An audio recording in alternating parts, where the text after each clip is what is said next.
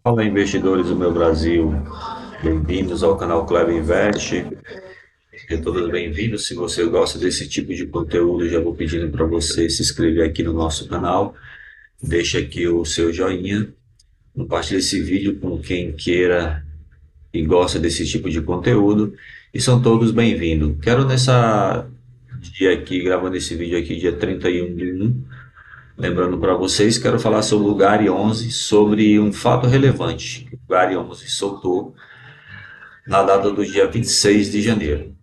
O GARI 11 ele está sendo negociado nesta data a R$ 8,79, tendo o yield dele aí nos últimos 12 meses de 12,28%, uma valorização aqui nos últimos 12 meses de 22%, no mês atual uma desvalorização de 2,55%. E tem mais alguns números dele. Valor por cota, valor patrimonial por cota 9,32, valor patrimonial dele mais de 2 bi e 600. P sobre VP dele 94, lembrando que esse fundo está com desconto de 0,6%. Número de cotista 446,255. Isso é muito importante esse número aqui, viu? Liquidez diária, mais de 16 milhões. E esse fundo ele está pagando média de 8 centavos, quase 8,5 aí, mensal. Bom, vamos falar aqui um pouco sobre o fato relevante, porque que foi uma consulta formal que ele fez através de um fato relevante com alguns itens. Eu quero falar de dois específicos. E é muito importante que você, investidor, fique muito atento nessas questões aqui, porque aqui está o seu dinheiro envolvido, né? Então aqui ele está falando sobre todos os dados dele aqui. E aqui, ó, um quórum de cotista que respondeu a essa consulta formal que o fundo fez de 40,87%. É um número bem interessante, né? Porque geralmente nas consultas formais que os fundos fazem, não chega a esse número não, 10, 15, 20%, geralmente são os números bem mais baixos. Mas nesse aqui foi um pouco alto, talvez pela necessidade. Eu quero falar sobre dois itens aqui especial, que é a alteração do regulamento, tá? E quero falar sobre conflito de interesse. Então, se você gosta desse tipo de conteúdo, se inscreve no nosso canal, deixa aí o seu joinha, compartilha esse vídeo aí, porque tenho certeza que você vai gostar bastante do nosso canal, tá bom? Alteração do regulamento aqui, ó. Na alteração do regulamento aqui, nos termos abaixo previsto e ratificação dos demais termos e condições do regulamento, conforme a minuta do regulamento alterado, anexo à proposta da gestora. Item A. Alteração do regulamento para aumentar o valor de capital autorizado para novas emissões de cotas de fundo, que podem ser deliberadas pela gestora, sem a necessidade de aprovação em Assembleia Geral de Cotista, de forma que o valor do capital autorizado passe de 10 bilhões para 100 bilhões. Veja bem, isso aqui é bem interessante porque se a gente pegar aqui no status invest aqui, ó, hoje, ó, o patrimônio do fundo é de 2 bi. Ele quer alterar, no regulamento dele hoje diz que pode chegar até 10 bi, ele quer alterar para 100 bi.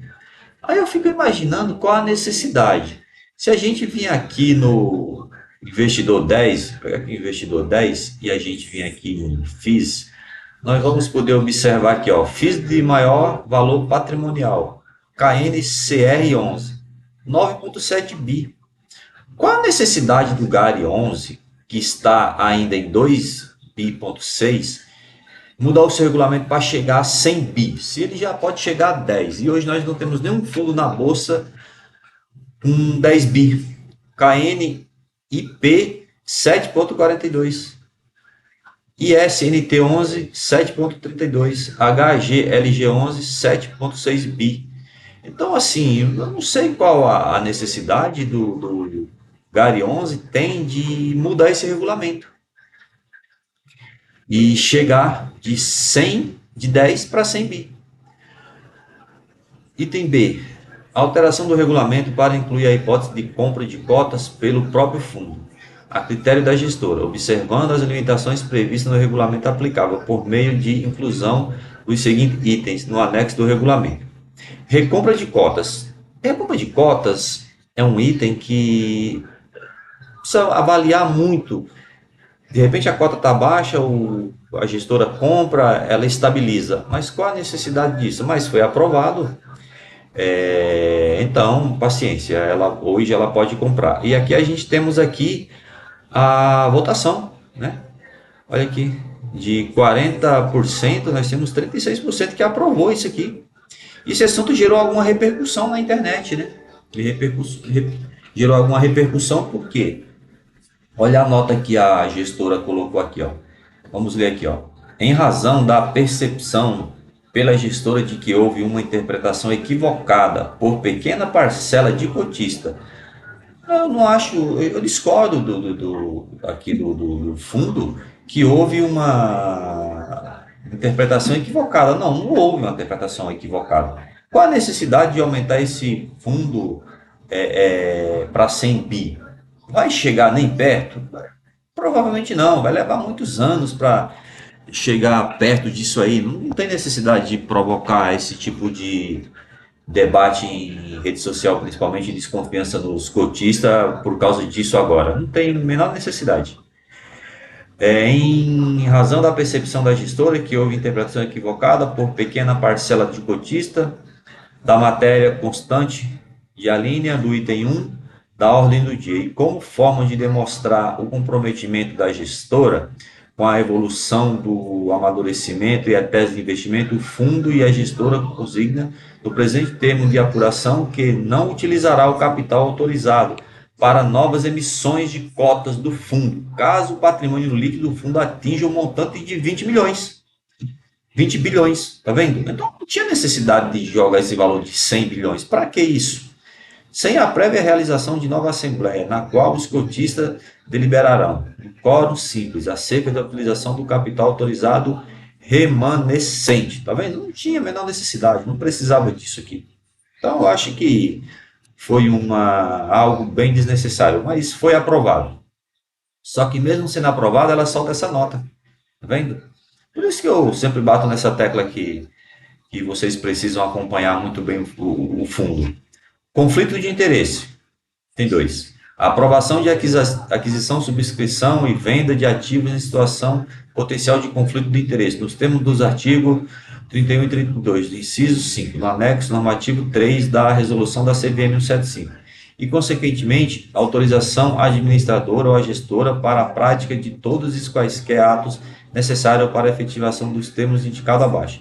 Realização de transação pelo fundo envolvendo compra e venda de cotas de fundo de investimento gerido pela administradora, por parte conflitada.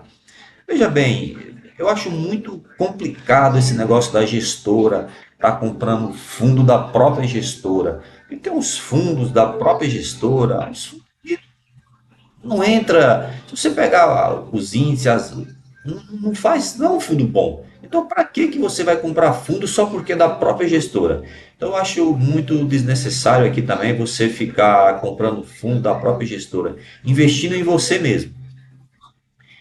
Realização de transação pelo fundo envolvendo compra e venda de certificado de recebíveis imobiliários.